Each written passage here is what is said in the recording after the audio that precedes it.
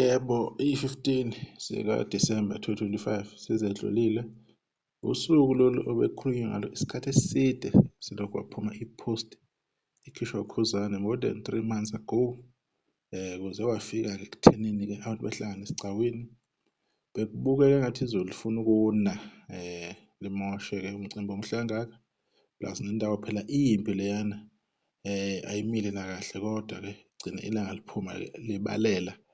Wagcina-ke umcimbi uhambe kahle-ke. Abantu kade befika ngey'khathi ey'hlukene besuka kona yonke i-South Africa le neKwaZulu Natal bezoxhasa lezi zakwaMpungose. Njengoba nibona lapha esithombeni kuvulwe ngomkhuleko wamaNazaretha. Kwenziwa yonke-ke iy'nhlelo zakhona. Bayazi-ke abantu ukuthi ngokwebandla lakwaShembe lamaNazaretha kuhamba kanjani. La sifuna ukuthi yena-ke si-summarize siveze ukuthi yena esikubonile into esingase siyibone. Into eyenzakalile into ebesiyiqala ukuyibona. Kuhleli kuxexelwa abantu abakhulu, o-president, amakhosi, iy'nduna, iy'ngane zamakhosi, abantu abakhulu, osomabhizinisi. Kodwa akujwayelekile ukuthi kube nesasasa kangaka njengoba kwenzakalile kuKhuzani.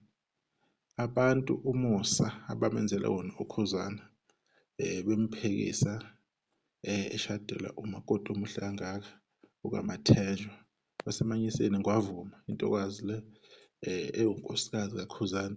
Kube kuhle kakhulu kumangazile nje nanendlela abantu abamphekise ngayo nenkomo bagcina sebeyiwisa close to 30.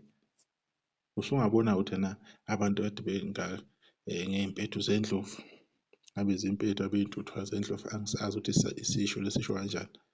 Kodwa lokhu kuwukufakazela amagama akhulunywa ngoKhuzani ukuthi ena uyogcina ewumuntu omkhulu ngokomsebenzi wakhe. Lokhu uKhuzani akazenzeli khona.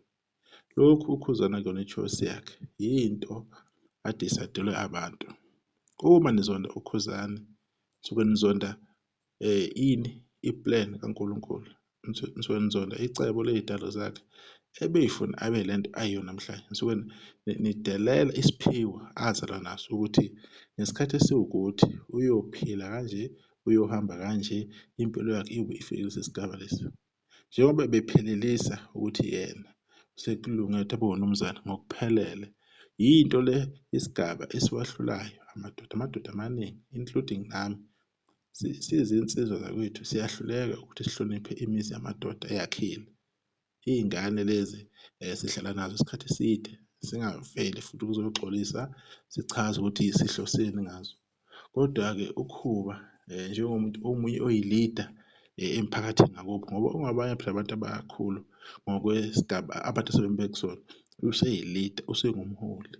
On top of that uwumholi weqembu ama-Blue Nation, isizwe esikhulu sabalandeli endimeni kamaskandi. Abantu abaningi babukela koKhuzani. Abantu abaningi kwafika isikhathi lapho benziwa badawutha bangabaza ubukhulu bukaKhuzani. Kodwa ngiyabonga ukuthi yena uma kufika lesi sikhathi sisaphila siyi-witness into ekanje. Emlandweni nje kukancane ukuthi kwenzeke kanje. Uma umuntu wabusiswa ngento yakhe angeke uze umphuce noma kuthiwa umzonda kanjani. Kudala ama-post ayemhlupha kakhulu uKhuzani. Abantu abekhuluma ngaye nabalandeli babethinteka kakhulu. Amavidiyo ko-TikTok kube izinto ey'thize ey'lokhu y'vezwa. Kuvele nabantu obona ngathi-ke engathi badumadumile. Uze uy'buze ukuthi yini inkinga yabo. Sekuyacaca ukuthi babelibonile ucobo. Khona into ababeyisaba ngoKhuzani. Ababebonile ukuthi yena udumo aphiwe lona, aphathiswe lona lungaphezulu kwakhe uKhuzani. Le nto nayo uKhuzani ayiphethe ingaphezulu kwakhe. Kodwa ngenxa yokuthi kumele inikwe yena kumele ayiphathiswe. Sibonga nabey'ndaba abafikile bezothathela udaba lolu. Singabala i-News of Africa, iy'ndaba zethu ku-Channel 163 lapha naku-DSTV, including amaphephandaba anjengoLanga, nani, neSolezwe. Hopefully-ke ade ekhona amanye ama-media outlet. Angiphathi-ke abantu abanjengo-YouTube TV, oKing Zoso, nabantu abaningi lapha enibabonile, oBhanyazile nabanye. bezosithatha besibeke ukuthi na kwenzakalani eMandaba. Sibonga kakhulu ukuthi nabanye abalandeli bakwazile ukufika laphana abathanda uKhuzani uqobo lwakhe, nabantu nje abathanda ukuyobona into ehle nokuthi bafinyelelile laphana, ne-Daily Sun nayo ibikhona. So yinto lena thina esifuna ukuyibona, yinto esifuna ukuthi na si-witness-e nakomunye umuntu kwenzeke lokho. Kodwa nje ukuthi umuntu aphikiswe ngey'nkomo ey'ngaka nangey'phuzo ey'ngaka, kube yinto nje ethuse kakhulu ukuthi cha le nsizwa iyaziwa amagelelo ayo, bayikhonzile kusuka nje ngesikhathi kuyiwa le eHowick eDizungunes eHowick ePietermaritzburg lapho kade kuwumshado omhlophe khona, befaka khona ama-rainbow uthatha ifomu kuze kube namhlanje. Konke-ke kuzoqedelwa kusasa-ke ngazo kwi-16 and siyathemba ukuthi na sekuzoba kuncane-ke okusele ngoba phela ukushadelwa or ukushada kuyinto process ende bafowethu, akuyona into elula, into and edla imali enzima kabi, kuphuma iy'mali ey'shisiwe laphana, yabo. Sibonga bonke abaculi bafikile laphana bamaskandi bezoxhasa abantu abanjengoPhela Umthatha ade bekhona, abaculi bamaskandi vele belindelekile njengoba ade bephefoma-ke futhi-ke lo mcimbi lo cishe ngathi event ngoba ade bephefoma kade kuthiwe bezophefoma. Siyathemba ukuthi abaningi baphefomile ngoba isikhathi-ke sibuye singalungi kahle, gcine sigejeke isikhathi singasagcineki. Kodwa-ke akunankinga-ke, bekuyilokho nje umuntu afuna ukukuveza njengamanje ukuthi yena kwenzakaleni. Le nto le eyenzakalile sibonge nako-YouTube nako-TikTok ade belokhu bebhizi nako-Facebook. UFacebook nawo udlala enkulu indima, sibonge kakhulu kulabo bantu labo.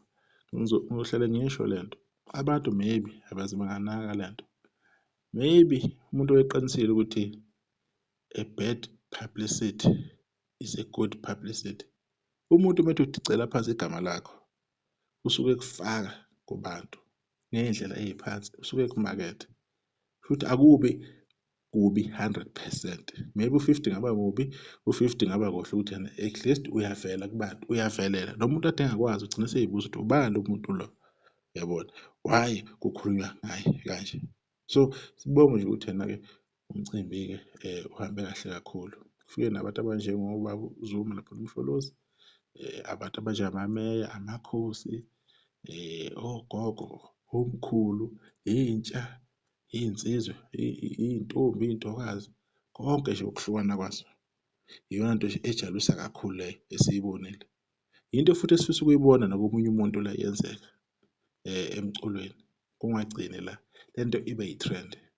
Kodwa nje uKhuzani ngamafuphi ukhombisile ukuthi yena i-impact anayo la endimeni ingakanani, ijulile, ingaphezulu ukuthi thina sihlale sikucabanga, ehlale sikukhuluma, esihlale thina sikungabaza. Okade engabaza uKhuzani, engabaza amandla akhe, I'm sure and I know ukuthi kuphelile.